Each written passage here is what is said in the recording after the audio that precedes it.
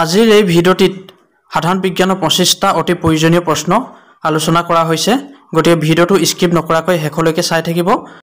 এই প্ৰশ্নসমূহ DHS, DME, Assam police, SSC সকলোবোৰ পৰীক্ষাৰ বাবে প্ৰয়োজনীয়। যদি ভিডিঅ'টো চাই ভাল পায় লাইক, কমেণ্ট, শ্বেয়াৰ কৰি দিব। লগতে মোৰ চেনেলটো ছাবস্ক্ৰাইব কৰি দিব। 1 নম্বৰ প্ৰশ্নটো হ'ল অক্সিজেন কোনে আৱিষ্কাৰ কৰিছিল? উত্তৰটো হ'ব পিষ্টলি। 2 নম্বৰ প্ৰশ্নটো হ'ল দৈত কি এচিড থাকে? উত্তৰ লেক্টিক এচিড। 3 নম্বৰ প্ৰশ্নটো হ'ল টেলিফোনৰ উদ্ভাৱক কোন? উত্তৰটো হ'ব আলেকজেণ্ডাৰ গ্ৰাহাম বেল। 4 নম্বৰ প্ৰশ্নটো হ'ল বৈদ্যুতিক বাল্বৰ উদ্ভাৱক কোন?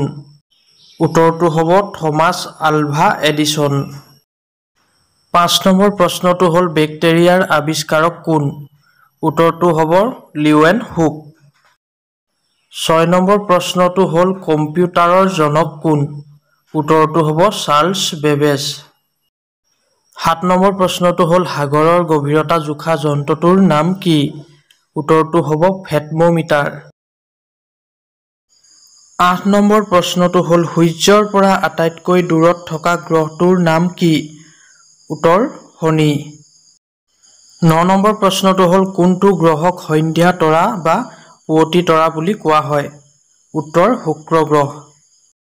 10 নম্বৰ প্ৰশ্নটো হ'ল কোনটো গ্ৰহক ৰঙা গ্ৰহ বুলি জনা যায়? উত্তৰটো হ'ব মংগল গ্ৰহ। 11 নম্বৰ প্ৰশ্নটো হ'ল পোহৰৰ বেগ কিহত সৰ্বাধিক? উত্তৰটো হ'ব শূন্যত।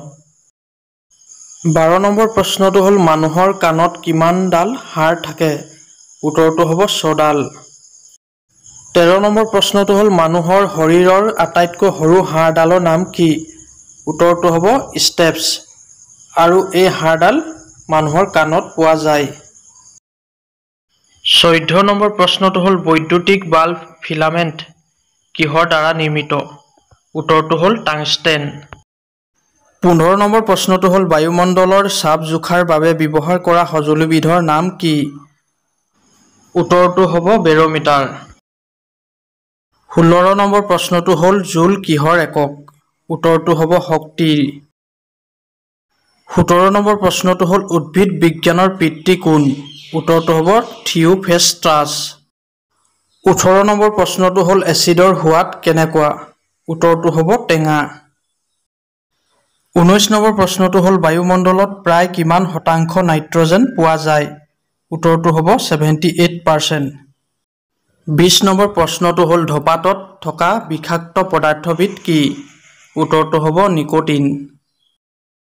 21 নম্বৰ প্ৰশ্নটো হ'ল কোনটো পদাৰ্থই মানৱ শৰীৰত ইন্ধন হিচাপে কাম কৰে? উত্তৰটো হ'ব কাৰ্বহাইড্ৰেট। 22 নম্বৰ প্ৰশ্নটো হ'ল মানুহৰ বাবে স্বাভাৱিক ৰক্তচাপ কিমান গণ্য কৰা হয়? উত্তৰটো হ'ব 120/80। 23 নম্বৰ প্ৰশ্নটো হ'ল সাধাৰণ নিমখৰ ৰাসায়নিক নাম কি? উত্তৰটো হ'ব ছ'ডিয়াম ক্ল'ৰাইড। 24 নম্বৰ প্ৰশ্নটো হ'ল এস্কাৰ্বিক এচিডৰ বৈজ্ঞানিক নাম কি? উত্তৰটো হ'ব ভিটামিন চি। 25 নম্বৰ প্ৰশ্নটো হ'ল ইনচুলিন ক'ৰ পৰা নিঃসৰণ হয়?